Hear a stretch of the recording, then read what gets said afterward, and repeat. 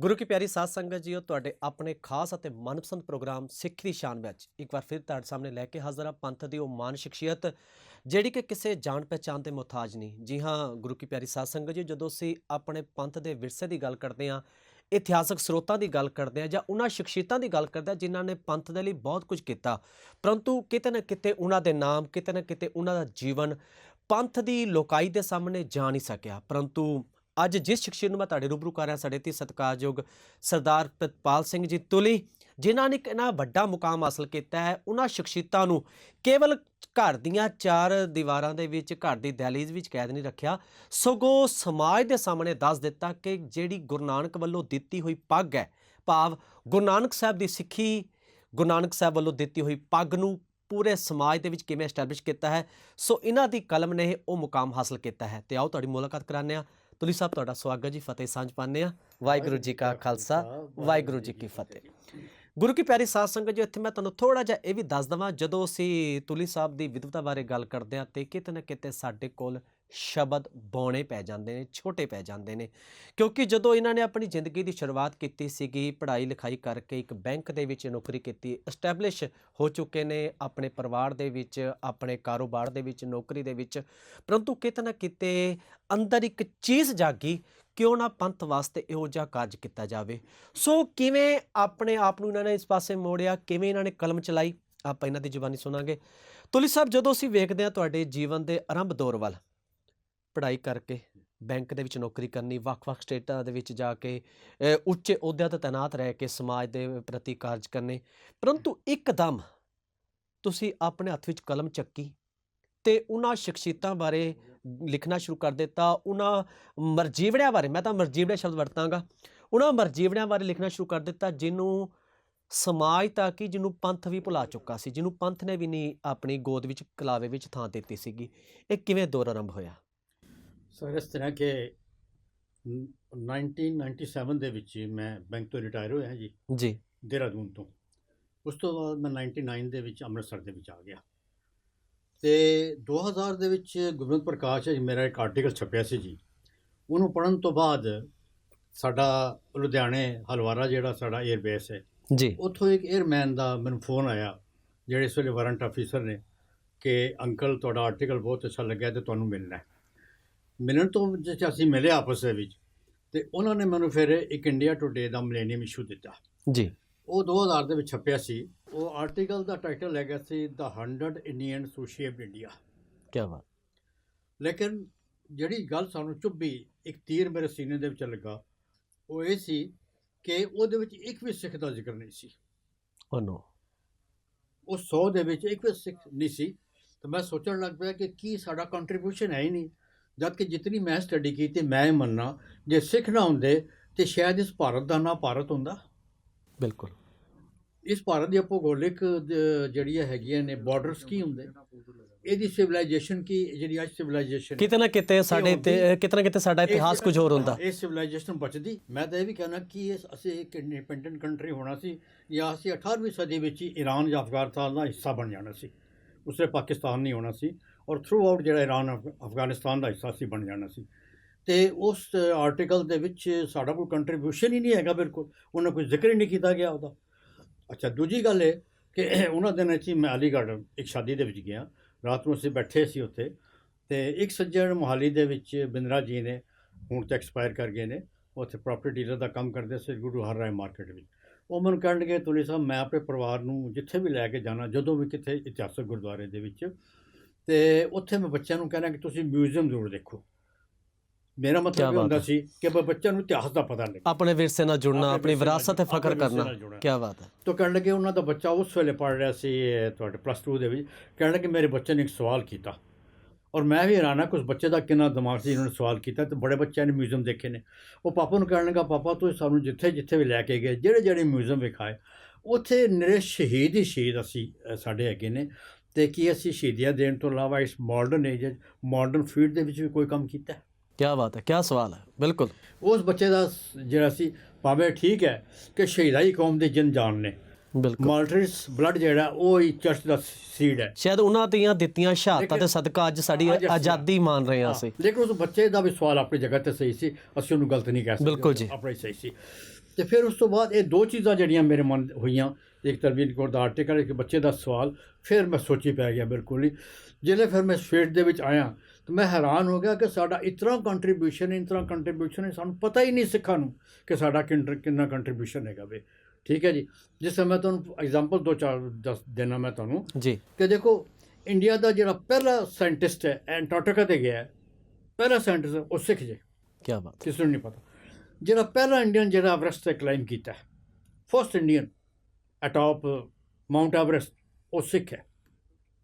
ਅੱਛਾ, ਜਿਹੜਾ ਇੰਡੀਆ ਦੀ ਪਹਿਲੀ ਸਕਸੈਸਫੁਲ ਟੀਮ ਜਿਹੜੀ ਹੈ, ਜਿਹੜਾ ਐਕਸਪੈਡੀਸ਼ਨ ਸੀ ਸਕਸੈਸਫੁਲ ਟੂ ਐਵਰੈਸਟ, ਉਹਦਾ ਲੀਡਰ ਸਿੱਖ ਹੈ। ਔਰ ਜਿਨਨੇ ਨੰਦਾ ਦੇਵੀ ਦੇ ਉੱਤੇ ਚਾਈਨਾ ਦਾ ਨਿਊਕਲੀਅਰ ਪ੍ਰੋਗਰਾਮ ਮੋਨੀਟਰ ਕਰਨ ਦੇ ਵਾਸਤੇ CIA ਦੀ ਟੀਮ ਆਈ ਸੀ, ਅਤੇ CIA ਤੇ IB ਦੀ ਟੀਮ ਦਾ ਜਿਹੜਾ ਲੀਡਰ ਸੀ, ਜਿਨ੍ਹਾਂ ਨੇ ਉੱਥੇ ਸਾਇਲੈਂਸਰ ਰੱਖਿਆ ਸੀ ਨੰਦਾ ਦੇਵੀ ਦੇ ਮਾਊਂਟ ਦੇ ਉੱਤੇ, ਅਤੇ ਉਹਦਾ ਲੀਡਰ ਵੀ ਸਿੱਖ ਸੀ। ਇੰਡੀਆ ਨੂੰ ਪਹਿਲਾ ਗੋਲਡ ਮੈਡਲ ਲੈ ਕੇ ਦੇਣ ਵਾਲਾ ਜਿਹੜਾ ਫਸਟ ਗੋਲਡ ਮੈਡਲ ਉਹ ਵੀ ਸਿੱਖ ਹੈ। ਅਤੇ ਫਸਟ ਫੀਮੇਲ ਗੋਲਡ ਮੈਡਲਿਸਟ ਵੀ ਇੰਡੀਆ ਦੀ ਜਿਹੜੀ ਸਿੱਖ ਹੈ, ਫਸਟ ਫੀਮੇਲ ਗੋਲਡ ਮੈਡਲਿਸਟ। ਇਹ ਉਸ ਵੇਲੇ ਦੀਆਂ ਗੱਲਾਂ ਨੇ, ਜਿਸ ਵੇਲੇ ਕਿ ਨਾ ਟਰਫ ਹੁੰਦਾ ਸੀ, ਨਾ ਕੋਚ ਹੁੰਦੇ ਸੀ, ਨਾ ਕੁਝ ਹੁੰਦੇ ਸੀ, ਅਤੇ ਸਾਡੇ ਸਿੱਖਾਂ ਨੇ ਆਪਣੇ ਉੱਤੇ ਮਿੱਟੀ ਦੀਆਂ ਗਰਾਊਂਡਾਂ ਦੇ ਉੱਤੇ ਹੀ ਲੇਬਰ ਕਰਕੇ ਅਤੇ ਇੰਟਰਨੈਸ਼ਨਲ ਲੈਵਲ ਦੇ ਉੱਤੇ ਮੁਕਾਮ ਹਾਸਲ ਕੀਤਾ, ਭਾਰਤ ਦਾ ਜਿਹੜਾ ਸਿਰ ਉੱਚਾ ਕੀਤਾ। ਬਿਲਕੁਲ ਤੁਹਾਡੀ ਗੱਲ ਸਹੀ ਤੋਲੀ ਸਾਹਿਬ। ਕਿਤੇ ਨਾ ਕਿਤੇ ਗੁਰੂ ਕੀ ਪਿਆਰੀ ਸਾਧ ਸੰਗਤ ਜੋ ਸਾਡੀ ਅੱਜ ਵਿਰਾਸਤ ਦੀ ਜਦੋਂ ਗੱਲ ਚੱਲਦੀ ਹੈ, ਸਾਡੀ ਆਉਣ ਵਾਲੀ ਪਨੀਰੀ ਸੋਚਦੀ ਹੈ ਕਿ ਸਾਡੇ ਬਜ਼ੁਰਗਾਂ ਨੇ ਕੀਤਾ ਕੀ ਹੈ। ਸਵਾਲ ਬੜਾ ਵਾਜਬ ਸੀ ਉਸ ਬੱਚੇ ਦਾ ਜਿਨ੍ਹਾਂ ਨੇ ਆਖਿਆ ਸੀ, ਪਿਤਾ ਜੀ, ਕਿ ਸਾਡੀ ਕੌਮ ਨੇ ਕੇਵਲ ਸ਼ਹੀਦੀਆਂ ਦਿੱਤੀਆਂ ਨੇ ਜਾਂ ਫਿਰ ਮਾਡਰਨ ਇਹਦੇ ਵਿੱਚ ਕੋਈ ਇਹੋ ਜਿਹੀ ਪਰਸਨੈਲਿਟੀ ਕਾਇਮ ਕੀਤੀ ਜਿਹਨੇ ਪੂਰੇ ਵਿਸ਼ਵ ਦਾ ਨਾਮ ਰੋਸ਼ਨ ਕੀਤਾ ਹੋਵੇ। ਸੱਚਮੁੱਚ ਅੱਜ ਸਲਾਮ ਕਰਦੇ ਹਾਂ ਉਸ ਬੱਚੇ ਨੂੰ ਵੀ ਅਤੇ ਤੁਲੀ ਸਾਹਿਬ ਨੂੰ ਵੀ, ਜਿਨ੍ਹਾਂ ਨੇ ਉਸ ਸਵਾਲ ਨੂੰ ਆਪਣੀ ਜ਼ਿੰਦਗੀ ਦਾ ਚੈਲੰਜ ਮੰਨਦੇ ਹੋਏ, ਚੈਲੰਜ ਐਕਸੈਪਟ ਕਰਦੇ ਹੋਏ ਇੱਕ ਇਹੋ ਜਿਹਾ ਕਾਰਜ ਕੀਤਾ ਜਿਹੜਾ ਰਹਿੰਦੀ ਦੁਨੀਆ ਤੱਕ ਯਾਦ ਕੀਤਾ ਜਾਵੇਗਾ। ਸੋ ਕਿਤੇ ਨਾ ਕਿਤੇ ਜਦੋਂ ਆਪਣੀ ਕੌਮ ਦੀਆਂ ਪ੍ਰਾਪਤੀਆਂ ਦੀ ਗੱਲ ਚੱਲਦੀ ਹੈ, ਇੱਥੇ ਕੇਵਲ ਅਤੇ ਕੇਵਲ ਆਪਣੀ ਕੌਮ ਦੀ ਪ੍ਰਾਪਤੀ ਦੀ ਗੱਲ ਨਹੀਂ, ਨਾ ਹੀ ਦੂਜੀ ਕੌਮ ਦੀ ਅਸੀਂ ਨਿੰਦਿਆ ਕਰਨੀ ਜਾਂ ਦੂਜੀ ਕੌਮ ਨੂੰ ਅਸੀਂ ਇਹ ਡਾਊਨਫਾਲ ਲੈ ਕੇ ਜਾਣਾ, ਪਰੰਤੂ ਕਿਤੇ ਨਾ ਕਿਤੇ ਆਪਣੀ ਕਮਿਊਨਿਟੀ ਦੇ ਵਾਰਸਾਂ ਨੂੰ, ਆਪਣੀ ਕਮਿਊਨਿਟੀ ਦੇ ਨੌਜਵਾਨ ਪਨੀਰੀ ਨੂੰ ਉਹਨਾਂ ਦੀ ਵਿਰਾਸਤ ਦੇ ਨਾਲ ਰੂਪਮਾਨ ਕਰਨ ਵਾਸਤੇ, ਉਹਨਾਂ ਦੀ ਪੱਗ ਨੂੰ ਉੱਚਾ ਚੱਕਣ ਵਾਸਤੇ, ਉਹਨਾਂ ਦੀ ਆਇਡੈਂਟੀਟੀ ਨੂੰ ਬਰਕਰਾਰ ਰੱਖਣ ਵਾਸਤੇ ਕਿਤੇ ਨਾ ਕਿਤੇ ਸਾਨੂੰ ਇਸ ਇਤਿਹਾਸ ਨੂੰ ਅੱਜ ਸਮਾਜ ਦੇ ਸਾਹਮਣੇ ਕਰਨਾ ਪਵੇਗਾ, ਸਮਾਜ ਦੇ ਰੂਪਮਾਨ ਕਰਨਾ ਪਵੇਗਾ। ਸਾਡਾ ਮਕਸਦ ਹੈ ਕਿ ਸਿੱਖਾਂ ਦੀਆਂ ਗੁਆਚੀਆਂ ਪ੍ਰਾਪਤੀਆਂ ਨੇ, ਜਿਹੜੇ ਸਿੱਖਾਂ ਨੂੰ ਨਹੀਂ ਪਤਾ ਸੀ ਦੂਜਿਆਂ ਨੂੰ ਕੀ ਗਿਲਾ ਕਰੀਏ ਜੀ। ਉਹ ਸਿੱਖ ਵੀ ਜਿਹੜੇ ਹੈਗੇ ਨੇ ਉਹਨਾਂ ਚੀਜ਼ਾਂ ਨੂੰ ਹਾਈਲਾਈਟ ਨਹੀਂ ਕਰ ਪਾਏ, ਪਤਾ ਹੀ ਨਹੀਂ ਸਿੱਖਾਂ ਨੂੰ। ਤੁਲੀ ਸਾਹਿਬ, ਇੱਥੇ ਕੇਵਲ ਸਿੱਖ ਲੀਡਰਸ਼ਿਪ ਦੀ ਆਪਾਂ ਜੇਕਰ ਗੱਲ ਕਰ ਰਹੇ ਹਾਂ, ਕਿਤੇ ਨਾ ਕਿਤੇ ਸਾਡੇ ਕਸੂਰਵਾਰ, ਸਾਡੇ ਬੱਚਿਆਂ ਨੂੰ ਨਾ ਦੱਸਣ ਵਾਲੇ ਸਾਡੇ ਮਾਤਾ ਪਿਤਾ ਦਾ ਵੀ ਰੋਲ ਬੜਾ ਅਹਿਮ ਬਣਦਾ ਹੈ, ਕਿਉਂਕਿ ਉਹਨਾਂ ਨੇ ਆਪਣੀ ਜਿਹੜੀ ਜ਼ਿੰਮੇਵਾਰੀ ਸੀਗੀ ਬੱਚਿਆਂ ਨੂੰ ਪਾਲਣ ਤੱਕ ਜਾਂ ਬੱਚਿਆਂ ਨੂੰ ਪੜ੍ਹਾਉਣ ਤੱਕ, ਕਿਤੇ ਨਾ ਕਿਤੇ ਉਹ ਇਸ ਵਿਰਾਸਤ ਤੋਂ ਦੂਰ ਲੈ ਕੇ ਗਏ ਨੇ। ਇਹ ਗੱਲ ਤੁਹਾਡੀ ਸਹੀ ਹੈ ਕਿ ਕਈ ਫੈਕਟਰ ਨੇ ਜਿਨ੍ਹਾਂ ਨੂੰ ਅਸੀਂ ਰਿਸਪੌਂਸੀਬਲ ਠਹਿਰਾ ਸਕਦੇ ਹਾਂ ਕਿ ਸਾਡੀ ਅਚੀਵਮੈਂਟਸ ਹਾਈਲਾਈਟ ਨਹੀਂ ਹੋਈਆਂ। ਬਿਲਕੁਲ ਜੀ, ਠੀਕ ਹੈ ਨਾ ਜੀ। ਮੈਨੂੰ ਇੱਥੇ ਇੱਕ ਬੜਾ ਪਿਆਰਾ ਇੱਕ ਵਿਦਵਾਨ ਦਾ ਸ਼ੇਰ ਯਾਦ ਆ ਰਿਹਾ, ਕਿਉਂਕਿ ਕਿਤੇ ਨਾ ਕਿਤੇ ਅਸੀਂ ਸਿੱਖ ਲੀਡਰਸ਼ਿਪ ਨੂੰ ਉਂਗਲ ਉਠਾਉਂਦੇ ਹਾਂ, ਧਾਰਮਿਕ ਲੀਡਰਾਂ ਦੇ ਉੱਪਰ ਉਂਗਲ ਉਠਾਉਂਦੇ ਹਾਂ, ਪਰੰਤੂ ਜਦੋਂ ਅਸੀਂ ਇਹ ਆਪਣੇ ਕਿਰਦਾਰ ਵੱਲ ਵੇਖਾਂਗੇ, ਆਪਣੀਆਂ ਜ਼ਿੰਮੇਵਾਰੀਆਂ ਵੱਲ ਵੇਖਾਂਗੇ, ਸਾਡੇ ਮਾਤਾ ਪਿਤਾ ਦਾ ਸਾਡਾ ਵੱਡਮੁੱਲਾ ਫਰਜ਼ ਸੀ, ਉਹ ਨਹੀਂ ਅਦਾ ਕੀਤਾ। ਵਿਦਵਾਨ ਨੇ ਬੜਾ ਸੋਹਣਾ ਲਿਖਿਆ, ਤਿਫਲ ਸੇ ਪੂ ਆਏ ਕਿਆ ਮਾँ बाप के किरदार की, दूध तो डिब्बे का है तालीम है सरकार की। ਕਿਤੇ ਨਾ ਕਿਤੇ ਮਾਤਾ ਪਿਤਾ ਦਾ ਰੋਲ ਅਹਿਮ ਬਣਦਾ। ਮਾਤਾ ਪਿਤਾ ਦਾ ਵੀ ਰੋਲ ਹੈ, ਲੇਕਿਨ ਜ਼ਿਆਦਾ ਮੈਂ ਇਹਦੇ 'ਚ ਜਿਹੜਾ ਹੈ ਮੇਨ ਫੈਕਟਰ ਜਿਹੜਾ ਮੈਂ ਦੇਣਾ ਉਹ ਆਪਣੀ ਸਿੱਖ ਲੀਡਰਸ਼ਿਪ ਨੂੰ ਦੇਣਾ। ਦੇਖੋ, ਇਹ ਹੁਣ ਤੁਹਾਡਾ ਹੈਗਾ ਆਈਲੈਂਡਸ, ਅੰਡੇਮਾਨ ਨਿਕੋਬਾਰ ਜੀ, ਬਿਲਕੁਲ, ਕਾਲਾ ਪਾਣੀ, ਠੀਕ ਹੈ ਜੀ। ਇਹਦੇ ਵਿੱਚ ਦੋ ਬੜੀਆਂ ਮਹਾਨ ਹਸਤੀਆਂ ਸਿੱਖਾਂ ਦੀਆਂ। ਇੱਕ ਮਹਾਨ ਹਸਤੀ ਹੈ ਉੱਥੇ ਡਾਕਟਰ ਦੀਵਾਨ ਸਿੰਘ ਕਾਲੇਪਾਨੀ, ਬਿਲਕੁਲ। ਦੀਵਾਨ ਸਿੰਘ ਕਾਲੇਪਾਨੀ ਨੂੰ ਉੱਥੇ ਸੈਲੂਟ ਜੇਲ੍ਹ ਦੇ ਵਿੱਚ ਇੱਕ ਸੈੱਲ ਦੇ ਵਿੱਚ ਸਿਰ ਉਲਟਾ ਟੰਗਿਆ ਗਿਆ। ਪਹਿਲੇ ਉਹਨਾਂ ਨੂੰ ਵਾਲਾਂ ਦੇ ਨਾਲ ਬੰਨ੍ਹ ਕੇ ਟੰਗਿਆ ਗਿਆ, ਉਸ ਤੋਂ ਬਾਅਦ ਉਲਟਾ ਟੰਗਾ ਗਿਆ, ਉਹਨਾਂ ਦੀ ਅੱਖਾਂ ਕੱਢੀਆਂ ਗਈਆਂ, ਉਹਨਾਂ ਦਾ ਮਾਂਸ ਨੋਚਿਆ ਗਿਆ, ਉਹਨਾਂ ਨੂੰ ਕਰੰਟ ਦਿੱਤੇ ਗਏ, ਉਹਨਾਂ ਨੂੰ ਪਿੰਨਾਂ ਚਬੋਈਆਂ। ਲੇਕਿਨ ਆਫਤੀਨ ਹੈ ਕਿ ਉਸ ਦੀਵਾਨ ਸਿੰਘ ਕਾਲੇਪਾਨੀ ਦਾ ਉਹਨੇ ਸਾਨੂੰ 18ਵੀਂ 19ਵੀਂ ਸਦੀ ਦੇ ਸਿੱਖ ਸ਼ਹੀਦਾਂ ਦੀ ਯਾਦ ਕਰਾ ਦਿੱਤੀ। ਉਹ ਨਹੀਂ ਕੀਤੀ, ਉਹਨੇ ਮਾਫੀ ਨਹੀਂ ਮੰਗੀ। ਔਰ ਇਹ ਦੇਖੋ, ਇਹ ਭਾਰਤ ਦਾ ਇਤਿਹਾਸ ਹੈ। ਜਿਸ ਵੇਲੇ ਭਾਰਤ ਦੇ ਉੱਤੇ ਮੁਸੀਬਤ ਆਈ ਹੈ ਨਾ, ਔਰ ਇੱਥੇ ਦੀਆਂ ਔਰਤਾਂ ਦੀ ਇੱਜ਼ਤ ਜਿਲੇ ਖਤਰੇ ਪਈ ਹੈ, ਅਤੇ ਸਿੱਖ ਨਿਤਰੇ ਨੇ ਉਹਨਾਂ ਨੇ ਬਚਾਇਆ।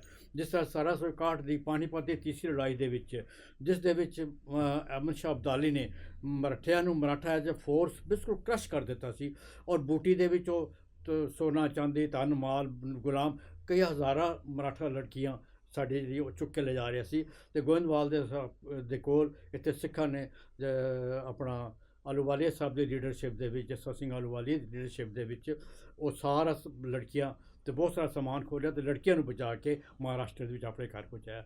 ਦੀਵਾਨ ਸਿੰਘ ਕਾਲੇ ਪਾਨੀ ਜਿਹੜਾ ਕਿ ਜਾਪਾਨੀਆਂ ਦਾ ਅਖਤਾ ਤਾਰਾ ਸੀ, ਜਿਹੜਾ ਉਹਨਾਂ ਦਾ PRO ਸੀ ਉੱਥੇ, ਪਬਲਿਕ ਰਿਲੇਸ਼ਨ ਆਫੀਸਰ, ਜਿਨ੍ਹਾਂ ਨੇ ਇਹਨਾਂ ਨੂੰ ਮੈਡੀਕਲ ਸੁਪਰਟੈਂਡੈਂਟ ਬਣਾਇਆ ਸੀ ਅੰਡੇਮਾਨ ਨਿਕੋਬਾਰ ਜਾਪਾਨੀਆਂ ਨੇ, ਆਖਿਰ ਉਹ ਇਹਨਾਂ ਨੂੰ ਮਾਰਨ 'ਤੇ ਕਿਉਂ ਆ ਗਏ? ਉਹਦਾ ਕਾਰਨ ਇਹ ਸੀ ਕਿ ਉੱਥੇ ਉਹਨਾਂ ਦੇ ਜਿਹੜੇ 30,000 ਜਾਪਾਨੀ ਫੋਰਸਿਸ ਹੈਗੇ ਸੀ, ਉਹਨਾਂ ਨੂੰ ਕੰਫਰਟ ਗਰਲਸ ਚਾਹੀਏ ਸੀ। ਉਹ ਉਹਨਾਂ ਨੇ ਤਾਂ ਜਿਹੜੀਆਂ ਉੱਥੋਂ ਦੀਆਂ ਲੜਕੀਆਂ ਨੂੰ ਇਕੱਠਾ ਕੀਤਾ ਆਪਣੇ ਫੌਜੀਆਂ ਦੇ ਵਾਸਤੇ। ਡਾਕਟਰ ਦੀਵਾਨ ਸਿੰਘ ਕਾਲੇ ਪਾਨੀ ਨੂੰ ਉਹਨੂੰ ਅਪੋਜ਼ ਕੀਤਾ, ਪੂਰੀ ਫੋਰਸ ਨੂੰ ਅਪੋਜ਼ ਕੀਤਾ।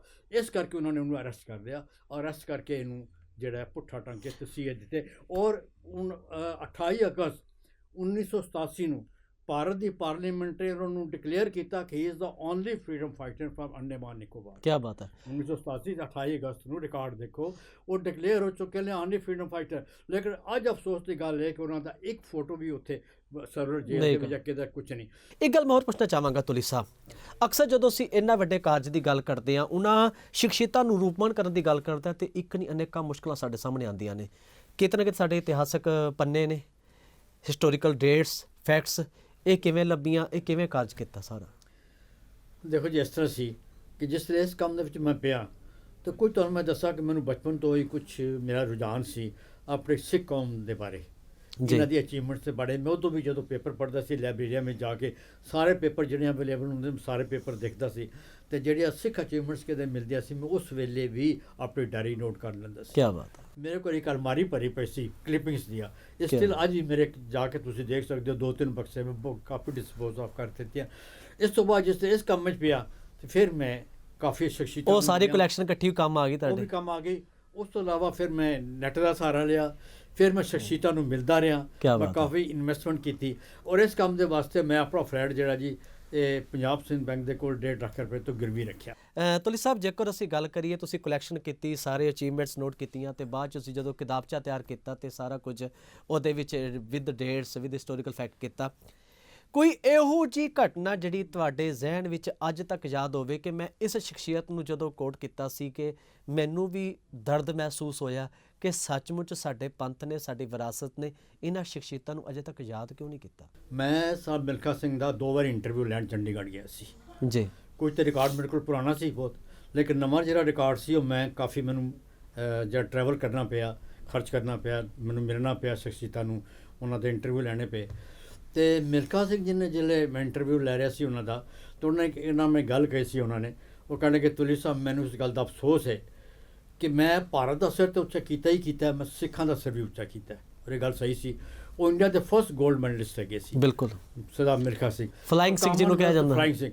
ਔਰ ਕਾਮਨਵੈਲਥ ਦੇ ਵਿੱਚ ਉਹਨਾਂ ਨੇ ਇੰਡੀਆ ਦਾ first ever athletic gold medal athletic arena ਦੇ ਵਿੱਚ ਪਹਿਲਾ ਗੋਲਡ ਮੈਡਲ ਸਾਨੂੰ ਸਰਦਾਰ ਮਿਲਖਾ ਸਿੰਘ ਨੇ ਰਹਿ ਕੇ ਦਿੱਤਾ ਸੀ।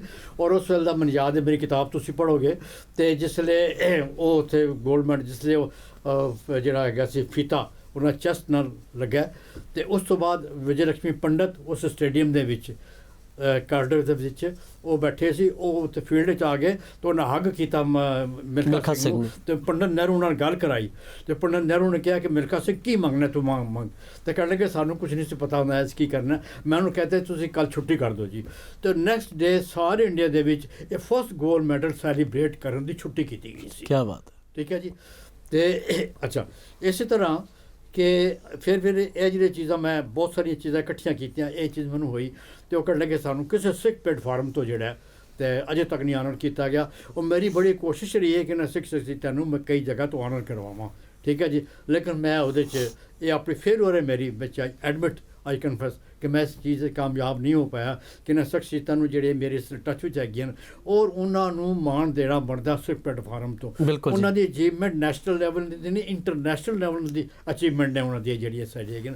ਔਰ ਜਿਹੜੀ ਮੇਰੀ ਕਿਤਾਬਾਂ ਨੇ, ਔਰ ਮੈਂ ਇਹ ਮੇਰਾ ਈਗੋ ਨਹੀਂ, ਇੱਕ ਫੈਕਟ ਮੈਂ ਦੱਸ ਰਿਹਾ ਕਿ ਮੇਰੀਆਂ ਕਿਤਾਬਾਂ ਤੋਂ ਇਲਾਵਾ ਜਿਹੜੀਆਂ ਸਾਡੀਆਂ ਲੇਟੈਸਟ ਅਚੀਵਮੈਂਟਸ ਹੈਗੀਆਂ ਉਹ ਕਿਧਰੇ ਵੀ ਰਿਕਾਰਡ ਨਹੀਂ ਹੈਗੀਆਂ ਮੇਰੀ ਕਿਤਾਬਾਂ ਤੋਂ ਇਲਾਵਾ।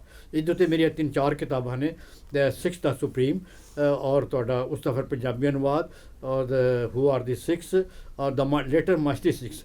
ਔਰ ਇਹਨਾਂ ਦਾ ਜਿਹੜਾ ਸਬ ਟਾਈਟਲ ਹੈ ਉਹ ਹੈਗਾ ਜੀ the six uh rivers the tides of history and shaped India. ਤੋਲੀ ਸਾਹਿਬ ਮੌਜੂਦਾ ਸਮੇਂ ਕੋਈ ਇਹ ਟਾਈਟਲ ਮੇਰੇ ਦਿਮਾਗ 'ਚ ਆਇਆ ਜੀ ਜਦੋਂ ਤਵਲੀਨ ਕੌਰ ਦਾ ਜਿਹੜਾ ਆਰਟੀਕਲ ਸੀ ਅੰਡਰ ਇੰਡੀਅਨ ਸ਼ੇਪਡ ਇੰਡੀਆ, ਉਹਦੇ ਇਹ ਇੱਕ ਵੀ ਸਿੱਖ ਨਹੀਂ। ਯਾਨੀ ਕਿ ਇਹ ਗੱਲ ਆਪਾਂ ਕਹਿ ਸਕਦੇ ਹਾਂ ਕਿ ਪ੍ਰਿਤਪਾਲ ਸਿੰਘ ਤੂਲੀ ਨੇ ਜੇਕਰ ਆਪਣੀ ਪਹਿਚਾਣ ਖੱਟੀ ਹੈ ਤੇ ਕੇਵਲ 2 ਚੈਲੰਜ ਐਕਸੈਪਟ ਕੀਤੇ ਸੀਗੇ, ਇੱਕ ਬੱਚੇ ਦਾ ਚੈਲੰਜ ਵੀ ਕੇਵਲ ਸਿੱਖ ਕੌਮ ਨੇ ਸ਼ਹੀਦ ਪੈਦਾ ਕੀਤੇ ਨੇ, ਕੋਈ ਇਹੋ ਜਿਹੇ ਮਾਡਰਨ ਯੁੱਗ ਵਿੱਚ ਇਹੋ ਜਿਹੇ ਯੋਧੇ ਨਹੀਂ ਪੈਦਾ ਕੀਤੇ, ਤੇ ਦੂਜਾ ਆਰਟੀਕਲ ਤਵਲੀਨ ਕੌਰ ਦਾ ਆਰਟੀਕਲ। ਮੈਂ ਤਾਂ ਕਹਿੰਦਾ ਕਿ ਜੇ ਸਿੱਖਾਂ ਨੂੰ ਤੁਸੀਂ ਇੰਡੀਅਨ ਹਿਸਟਰੀ ਚੋਂ ਕੱਢ ਦਿਓ, ਭਾਵੇਂ ਓਲਡ ਹਿਸਟਰੀ ਚੋਂ ਕੱਢ ਦਿਓ, ਭਾਵੇਂ ਲੇਟੈਸਟ ਅਚੀਵਮੈਂਟ ਚੋਂ ਕੱਢ ਦਿਓ, ਤੇ ਤੁਹਾਡੇ ਕੋਲ ਬਹੁਤ ਥੋੜਾ ਬਚ ਜਾਂਦਾ ਹੈ। ਸਿੱਖਾਂ ਨੂੰ ਬਾਹਰ ਕੱਢ, ਮੇਰਾ ਖਿਆਲ ਹੈ ਸ਼ਾਇਦ ਕੁਝ ਰਵੇ ਹੀ ਨਾ ਸਾਡੇ ਕੋਲ ਹਿਸਟੋਰਿਕ ਫੈਕਟ, ਬਾਕੀ ਰਹਿੰਦੇ ਇੱਕ ਵਾਰ ਨੇ। ਜੇ ਤੁਸੀਂ ਇੰਡੀਆ ਦੀ ਓਲਡ ਹਿਸਟਰੀ ਔਰ ਨਵੇਂ ਅਚੀਵਮੈਂਟ ਤੁਸੀਂ ਇੰਡੀਆ 'ਚ ਕੱਢ ਦਿਓ ਤੇ ਉਸ ਤੋਂ ਜਿਹੜਾ ਉਹ ਰਹਿ ਜਾਂਦਾ। ਔਰ ਸਾਡਾ ਇਹ ਥੋੜ੍ਹਾ ਬੈਡ ਲੱਕ ਹੈ। ਮੈਨੂੰ ਓਬਾਮਾ ਦੀ ਗੱਲ ਯਾਦ ਗਈ, ਜਦੋਂ ਇੰਡੀਆ ਆਇਆ ਸੀ ਤਾਂ ਉਹਨੇ ਇੰਡੀਆ ਨੂੰ ਇੱਕ ਗੱਲ ਕਹੀ ਸੀ, ਉੱਥੇ ਉਹਨੇ 3 ਨਾਂ ਲਏ ਸੀ, ਮਿਲਖਾ ਸਿੰਘ, ਮੈਰੀ ਕਾਮ ਤੇ ਸ਼ਾਹਰੁਖ ਖਾਨ। ਉਹਨੇ ਕਿਹਾ ਸੀ ਇਹ ਵੀ ਇਹਨਾਂ ਦੇ ਅਚੀਵਮੈਂਟਸ ਵੀ ਤੁਹਾਡੀਆਂ ਆਪਣੀਆਂ ਅਚੀਵਮੈਂਟਸ ਨੇ। ਕਿਆ ਬਾਤ। ਉਹਦਾ ਇਸ਼ਾਰਾ ਸਮਝਣ ਦਾ ਸੀ ਕਿ ਮਿਨਾਰਿਟੀ ਇਹ ਸਾਡਾ ਦਰਦ ਹੈ ਕਿ ਮਿਨਾਰਿਟੀ ਕਮਿਊਨਿਟੀ ਦੀਆਂ ਅਚੀਵਮੈਂਟ ਜਿਹੜੀਆਂ ਨੇ ਗਵਰਨਮੈਂਟ ਲੈਵਲ 'ਤੇ ਹੈ ਹੀ ਨਹੀਂ ਨਾ, ਉਹਨਾਂ ਨੂੰ ਦੱਸਿਆ ਹੀ ਨਹੀਂ ਜਾਂਦਾ। ਬਿਲਕੁਲ ਠੀਕ ਹੈ ਜੀ। ਅਤੇ ਪਰ ਸਾਡੇ ਸਿੱਖ ਲੀਡਰਾਂ ਤੋਂ ਜ਼ਿਆਦਾ ਹੈ ਕਿ ਤੁਸੀਂ ਤਾਂ ਦੱਸੋ, ਕਮ ਸੇ ਕਮ ਤੁਸੀਂ ਤਾਂ ਆਪਣੀ ਚੀਜ਼ਾਂ ਨੂੰ ਹਾਈਲਾਈਟ ਕਰੋ। ਦੇਖੋ ਇੰਡੀਆ ਇੱਕ ਬਹੁਤ ਵਾਸਟ ਕੰਟਰੀ ਹੈ, ਸਾਡੀ ਜਿਹੜੀ ਪਾਪੂਲੇਸ਼ਨ ਹੈ ਸਿਰਫ 2% ਹੈ। 2% ਦੀ ਪਾਪੂਲੇਸ਼ਨ ਵਾਲੀ ਮਾਈਨੋਰਿਟੀ ਕਮਿਊਨਿਟੀ ਸਿਰ ਉੱਚਾ ਕਰਕੇ ਤਾਂ ਹੀ ਚੱਲ ਸਕਦੀ ਹੈ ਜੋ ਆਪਣੀ ਅਚੀਵਮੈਂਟਸ ਨੂੰ ਹਾਈਲਾਈਟ ਕਰਨੀ। ਸਾਡਾ ਵਕਤ ਜ਼ਰੂਰਤ ਹੈ ਆਪਣੇ ਅਚੀਵਮੈਂਟਸ ਨੂੰ ਹਾਈਲਾਈਟ ਕਰੋ। ਮੇਰੇ ਕੋਲ ਭਰੀਆਂ ਪਈਆਂ ਅਚੀਵਮੈਂਟਸ ਜਿਹੜੀਆਂ, ਔਰ ਮੈਨੂੰ ਵੀ ਇਸ ਗੱਲ ਦਾ ਮਾਣ ਹੈ, ਖੁਸ਼ੀ ਹੁੰਦੀ ਹੈ ਕਿ ਜਿਸ ਤਰ੍ਹਾਂ ਬਹੁਤ ਸਾਰੇ ਲੋਕ ਮੈਨੂੰ ਮਿਲਦੇ ਆ, ਉਹ ਕਹਿੰਦੇ ਸਾਨੂੰ ਇਹ ਵੀ ਨਹੀਂ ਪਤਾ, ਇਹ ਵੀ ਨਹੀਂ ਪਤਾ। ਮੈਂ ਕਹਿੰਦਾ ਯਾਰ ਦੇਖੋ, ਮੈਂ ਕੌਮ ਵਾਸਤੇ ਨਾ ਇਕੱਠਾ ਕਰ ਰਿਹਾ। ਕਿਤੇ ਨਾ ਕਿਤੇ ਅੱਜ ਅਸੀਂ ਇਸ ਪੱਖੋਂ ਅਵੇਸਲੇ ਰਹਿ ਚੁੱਕੇ ਹਾਂ, ਭਾਵੇਂ ਕੋਈ ਸਾਡੀ ਕੈਟਾਗਰੀ ਹੋਵੇ, ਭਾਵੇਂ ਟੀਚਿੰਗ ਹੋਵੇ, ਭਾਵੇਂ ਲੀਡਰ ਹੋਵੇ, ਤੇ ਭਾਵੇਂ ਸਾਡੇ ਪੇਰੈਂਟਸ ਹੋਣ, ਕਿਤੇ ਨਾ ਕਿਤੇ ਉਹ ਸਾਡੇ ਇਸ ਯੋਧਿਆਂ ਬਾਰੇ ਦੱਸ ਹੀ ਨਹੀਂ ਸਕੇ। ਇੱਥੇ ਗੁਰੂ ਕੀ ਪਿਆਰੀ ਸਾਧ ਸੰਗਤ, ਮੈਂ ਤੁਹਾਡੇ ਨਾਲ ਇੱਕ ਹੋਰ ਵੀ ਗੱਲ ਸ਼ੇਅਰ ਕਰਨ ਵਿੱਚ ਮਾਣ ਫਖਰ ਮਹਿਸੂਸ ਕਰਾਂਗਾ। ਜਦੋਂ ਅਸੀਂ ਤੁਲੀ ਸਾਹਿਬ ਦੀਆਂ ਲਿਖਤਾਂ ਨੂੰ ਆਪ ਪੜ੍ਹਿਆ ਤੇ ਆਪ ਵੇਖਿਆ, ਅਸੀਂ ਹੈਰਾਨ ਰਹਿ ਗਏ। ਮੈਂ ਕੋਸ਼ਿਸ਼ ਕਰਾਂਗਾ ਉਹਨਾਂ ਦੀਆਂ ਲਿਖਤਾਂ ਨੂੰ ਤੁਹਾਡੇ ਰੂਪਮਾਨ ਕਰਾਂ। ਜਿਵੇਂ ਤੁਸੀਂ ਵੇਖ ਰਹੇ ਹੋ ਸਕਰੀਨ 'ਤੇ ਉਹਨਾਂ ਦੀ ਕਿਤਾਬਾਂ, ਉਹਨਾਂ ਦੁਆਰਾ ਇੱਕ ਵਿਸ਼ੇਸ਼ ਤੌਰ 'ਤੇ ਗੈਲਰੀ ਵੀ ਤਿਆਰ ਕੀਤੀ ਗਈ। ਤੁਲੀ ਸਾਹਿਬ, ਮੈਂ ਚਾਹਾਂਗਾ ਥੋੜ੍ਹਾ ਜਿਹਾ ਆਪਾਂ ਉਸ ਗੈਲਰੀ ਵਿੱਚ ਵੀ ਚੱਲੀਏ, ਜਿੱਥੇ ਤੁਸੀਂ ਇੰਨੇ ਵੱਡੇ ਕਾਰਜ ਨੂੰ ਮੈਂ ਕਹਾਂਗਾ ਪਬਲਿਕ ਦੇ ਸਾਹਮਣੇ ਕੀਤਾ, ਸਮਾਜ ਸਾਹਮਣੇ ਕੀਤਾ। ਆਓ ਗੁਰੂ ਕੀ ਪਿਆਰੀ ਸਾਧ ਸੰਗਤ ਜੀ, ਆਪਾਂ ਚੱਲਦੇ ਉਸ ਗੈਲਰੀ ਦੇ ਵਿੱਚ, ਉਸ ਮਿਊਜ਼ੀਅਮ ਦੇ ਵਿੱਚ, ਜਿੱਥੇ ਇਹਨਾਂ ਮਰਜੀਵੜੇ ਯੋਧਿਆਂ ਦੀ ਦਾਸਤਾਨ ਬਿਆਨ ਕਰਦੀ ਹੈ, ਆਪਣੇ ਮੂੰਹੋਂ ਬੋਲਦੀ ਹੈ। ਆਓ ਚੱਲਦੇ ਹਾਂ ਪ੍ਰਿਤਪਾਲ ਸਿੰਘ ਤੁਲੀ ਦੁਆਰਾ ਤਿਆਰ ਕੀਤੇ ਗਏ ਮਿਊਜ਼ੀਅਮ ਦੇ ਵਿੱਚ।